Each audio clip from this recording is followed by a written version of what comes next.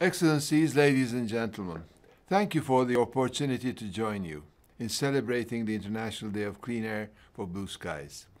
An initial draft of these remarks scoot towards the more dire impact of air pollutants, to the number of people who die each year, and certainly these are issues that should be acknowledged and considered.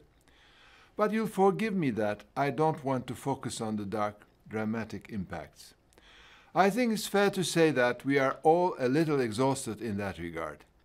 Our world is challenging these days. Instead, I want to focus on the positive, because few things are as universally desired, as natural and intrinsically associated with health and happiness as clean air and blue skies.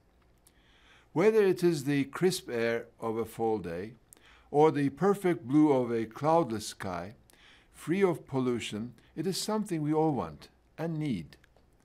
And it is something that is very much achievable.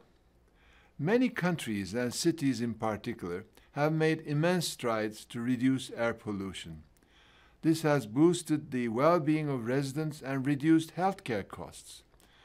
Truth be told, action to improve air quality boosts worker productivity, makes it easier for children to go to school, alleviates pressures on healthcare systems, and complements efforts to reduce carbon emissions, protect biodiversity, and improve water and waste management. Truly, across the board, better air quality has no drawbacks and a wealth of benefits. On a more human level, it elicits feelings of joy and of satisfaction and boosts energy and physical activity.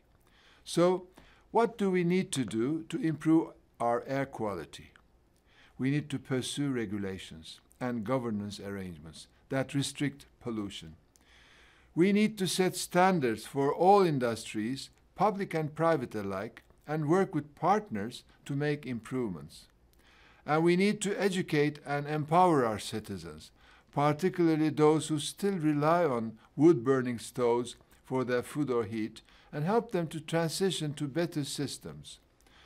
Examples of this can be seen in the Clean Cooking Partnership led by UNDP in Mali, and the advocacy efforts by the Climate and Clean Air Coalition.